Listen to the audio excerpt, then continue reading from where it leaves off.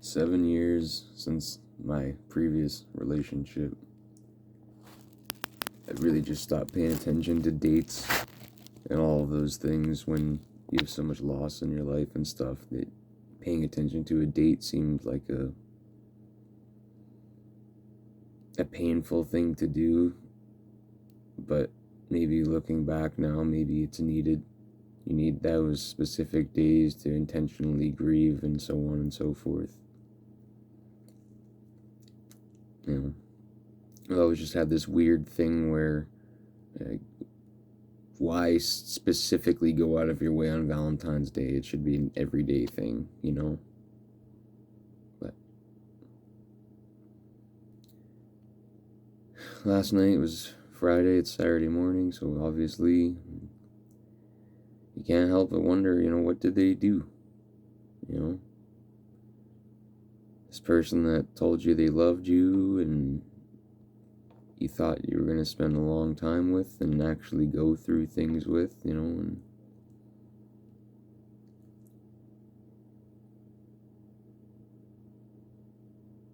it's just, I still can't understand how you can sit there and say you love someone truly and just give up when the going got tough.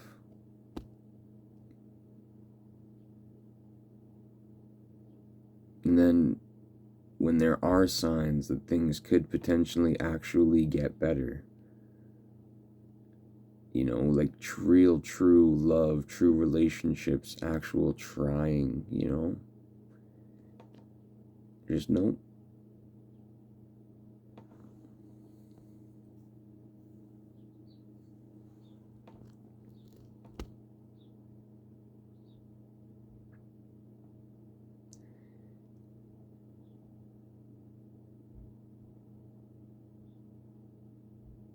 It seemed like from the beginning, it just, I don't know, what can you do? I'm just vlogging to vlog at this point, try and, stay a little sane, but this shit hurts, last night was really painful. And 7 years, man. I wasted my 20s.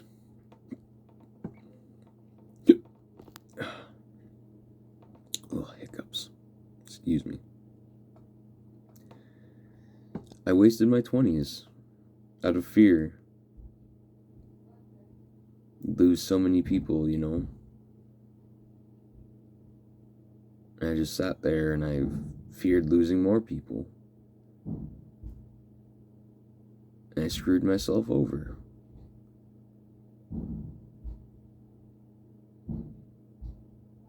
I lost 2 best friends and a father before the age of 20. Scratch that, 19. My mother has been in and out of the hospital her whole life.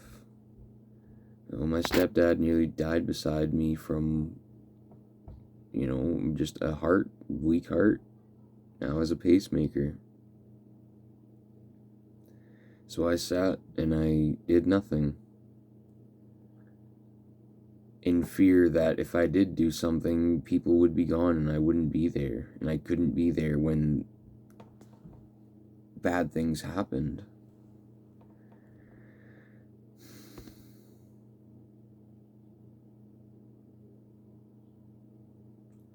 Then you decide one day, okay, I'm done. I want to do something. I don't want to just sit here. And you get a job that you really love with really good people that you enjoyed going to work with every day. Small crew of us, just 3 of us. You know what I mean? 3 buddies just doing the job, doing the work. And then she comes along.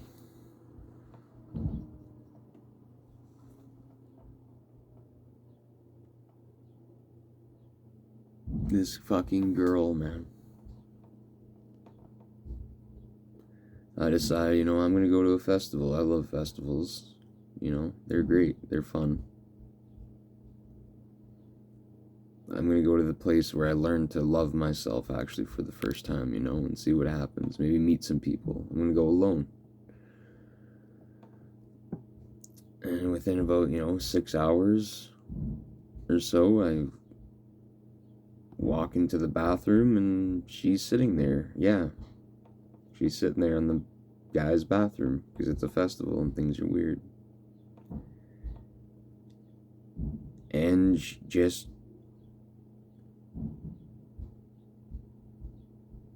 I don't know, man. Something about her, just right off the bat. Was never a person I thought I would ever have any interest in before.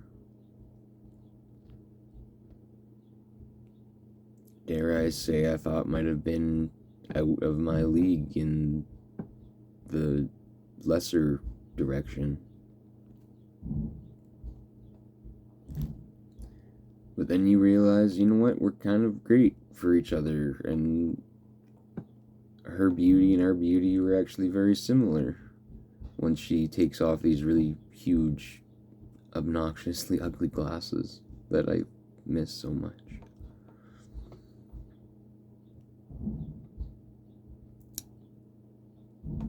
I'm sorry for the banging, by the way. My godson loves to be annoying all the time, so what can you do? And I just, you meet the girl and you fall in love, and life is happening, and you don't really stop to think when she tells you that, I'm just out of a relationship. Because the kiss was that passionate, and it's just,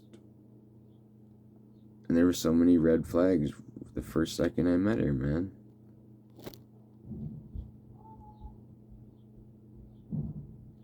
I guess I'll be honest, like, she had a threesome the night before. And I was in such a gung-ho, I don't give a fuck stage, blah, blah, that I really genuinely just didn't care. And, nights happen, and then she's like, I just, stuck around with me and shit.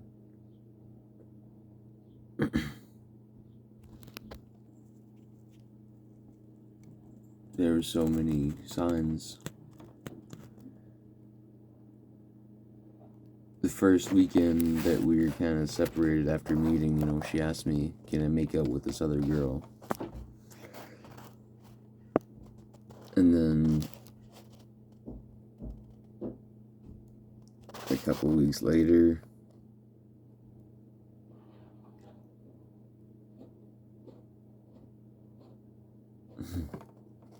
and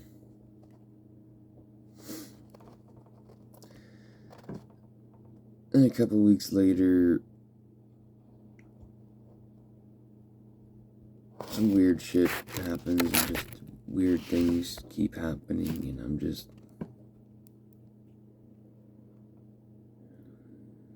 I don't believe her intentions were ill or anything like that, and it just, yeah. I kept trying, and I just, so many things over and over again. Eventually she has to move. And when she moves, her vehicle starts getting all screwed up. So I get gung-ho and I move to a different city to help her using my vehicle.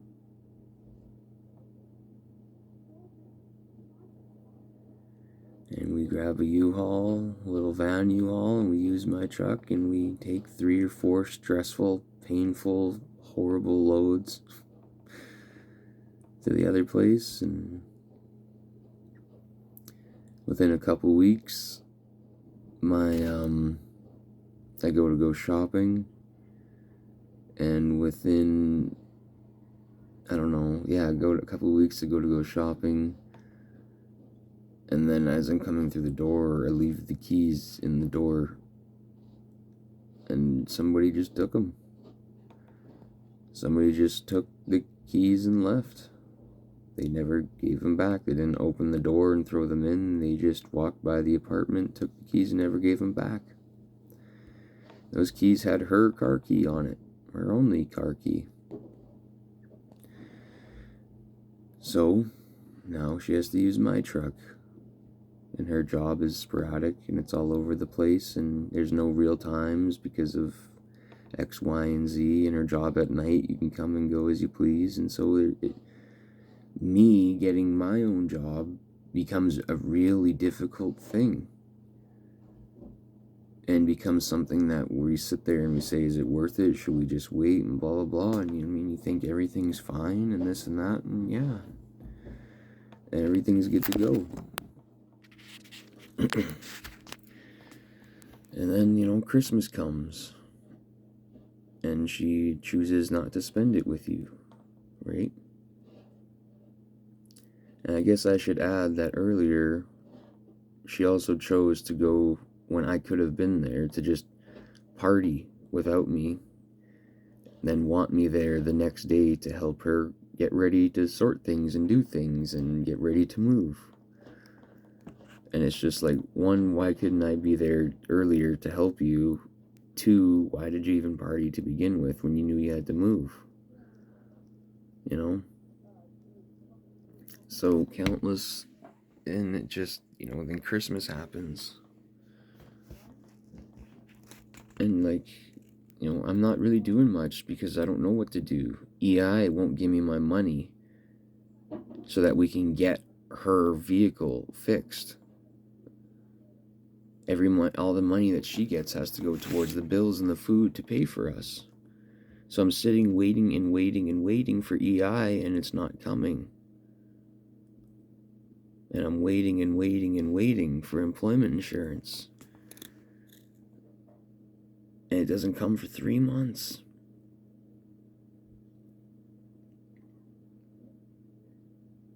Three months.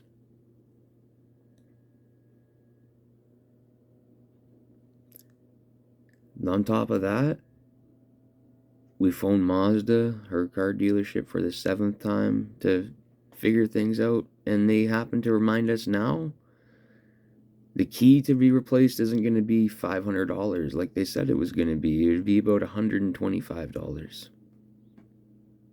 Something we would have paid off on the spot.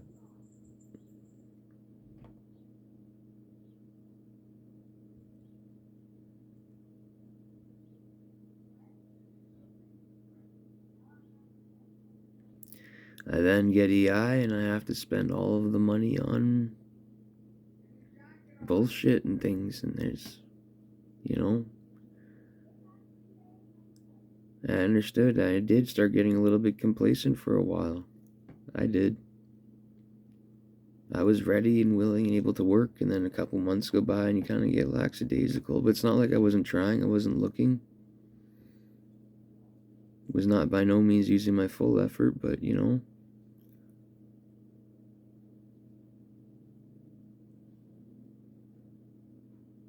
But I wish you would have told me, to try harder.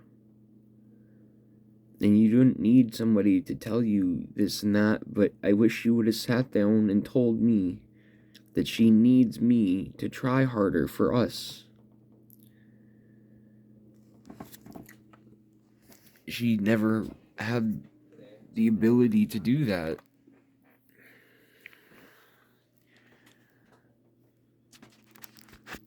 And I guess this is where it comes down to, what is love, I sat there and I maxed out credit cards. I did all of these things. I bought us a TV, and you know what I mean? Yes, she was paying rents and stuff, but I was trying to also in many ways increase our lives, I would cook the food. I would do the dishes. I was stay-at-home mom. I tucked her in. I did all the things,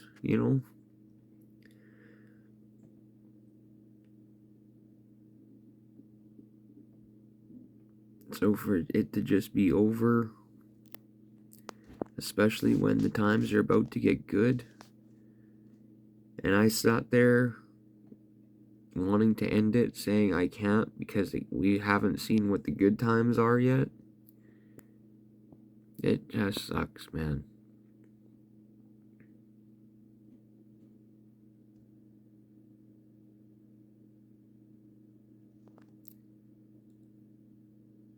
I thought we were best friends, you know? Best friends don't just give up.